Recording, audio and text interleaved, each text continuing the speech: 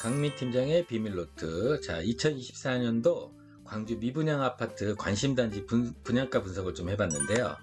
제가 얼마 전에 유튜브로 광주광역시 2027년도 새 아파트 한 2만 세대가 입주 폭탄이 된다라는 유튜브를 기재를 했는데, 많은 분들이 보시고 댓글이라든지 문의 전화가 좀 왔어요.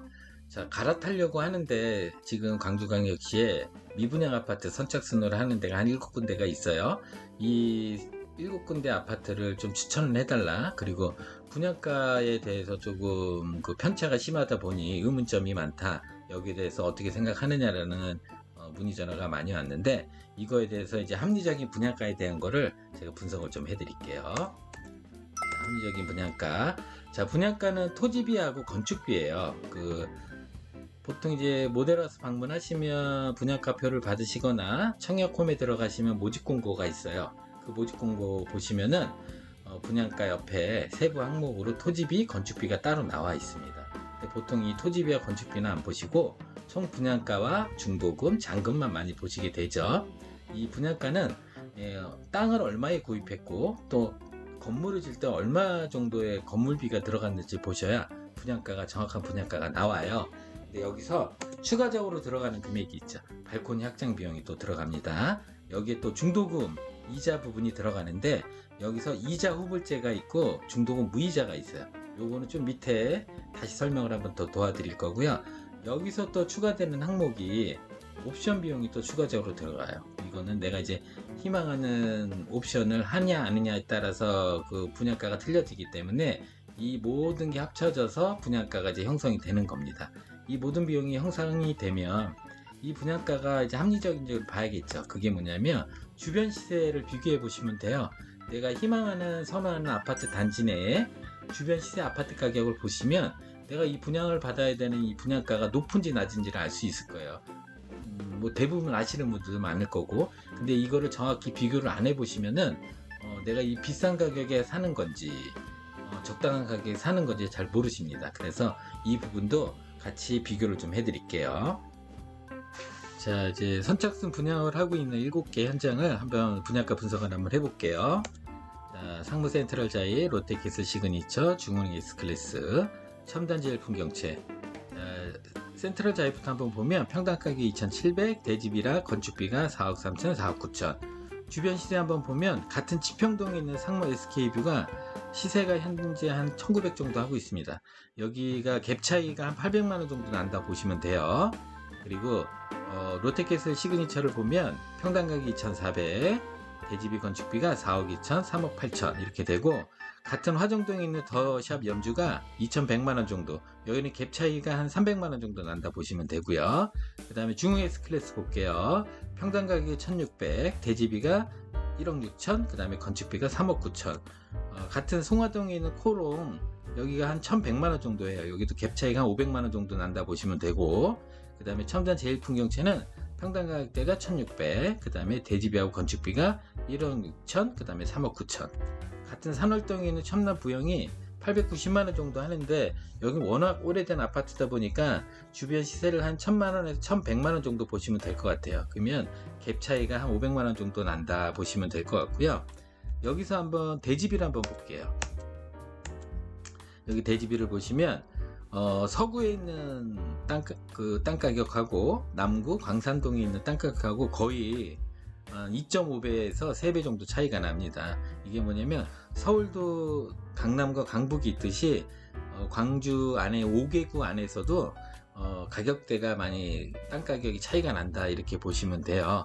근데 여기서 잠깐 보시게 되면 건축비를 한번 봐요. 건축비는 거의 비슷하게 4억대에 이렇게 3억 9천, 4억대 이렇게 진행이 되는데, 자이 같은 경우가 4억 9천이면 한 1억 정도 차이가 나거든요.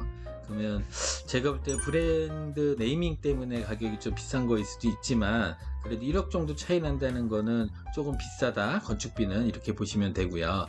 그래서 그런지 상무 센트럴 자이가 지금 미분양 현장 중에는 평당 분양가가 제일 높습니다. 그래서 이런 거는 잘 감안하셔서 분양을 받으실 때 한번 보시면 좋을 것 같고요. 나머지 이제 세 군데 분양가 분석을 한번 해볼게요. 위파크 일곡공원, 우남자이 포레나, 힐스테이트 중해공원. 자, 위파크 190부터 보면 평당 가격이 1600, 대지비가 1억 1000, 건축비가 4억 5천. 같은 삼각동의 시세를 보면 신일곱 골드가 1300만원 정도 합니다.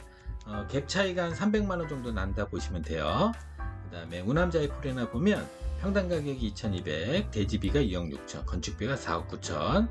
같은 우남동의 모하미레도가 1400만원 정도 한다 보면 되고, 여기가 갭 차이가 한 800만원 정도 나요.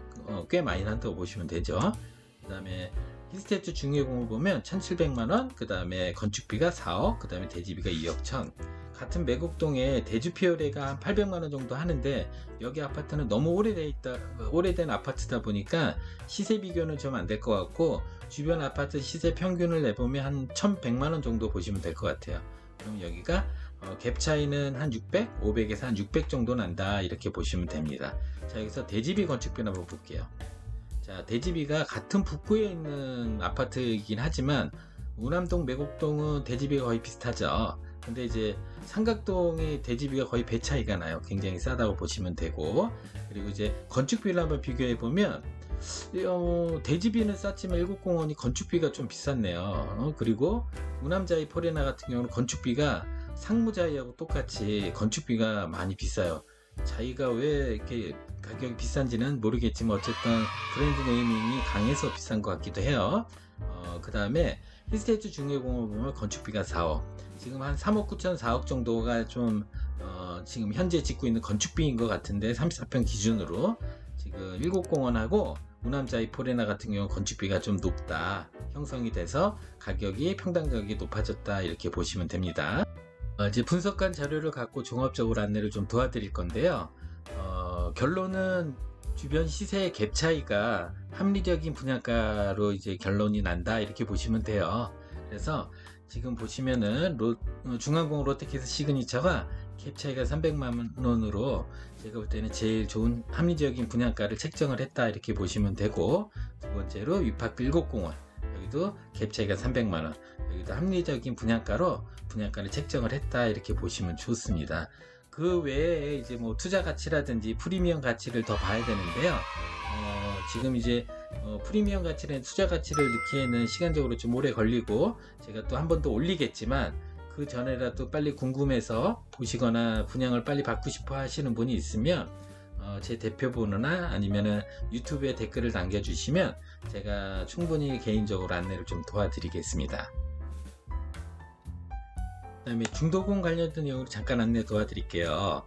자, 무이자가 있고 이자 후불제가 있습니다. 이 내용에 대해서 많이 궁금해 하시는 분들이 많아요. 일단은 무이자는 없다고 보시면 되고요. 무이자라고 하는 거는 이자를 이미 분양가에 넣었다고 보시면 되고요. 건설사에서 마케팅용으로 활용을 많이 하다 보니까 무이자라고 이제 광고도 많이 하고 진행을 많이 합니다. 그런데 사실 고금리의 이자를 분양가에 다 녹여놓은 거예요.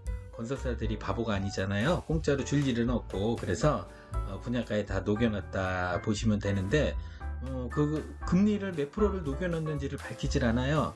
그러다 보니까 이제 청원도 많이 올라가고 항의 전화가 많이 오다 보니까 이제 점점 무이자에서 이자 후불제로 바뀌게 되었습니다. 그래서 현재 그 광주에 있는 아파트도 지금 미분양 현장 7군데도 무이자가 한 2군데, 나머지가 이자 후불제로 하고 있어요. 이제는 굳이 무이자를 해봤자 마케팅이 안 먹히는 거죠. 고객들이 다 알고 있기 때문에. 그래서 얼마 전에 이제 예전에 그 기사도 이렇게 많이 났어요.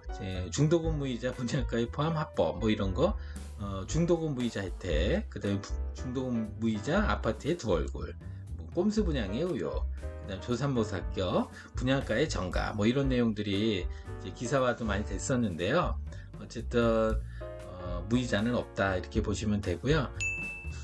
다음 시간에는 발코니 확정 비용이라든지 추가 옵션 관련된 부분을 분석해서 올려드릴 건데요.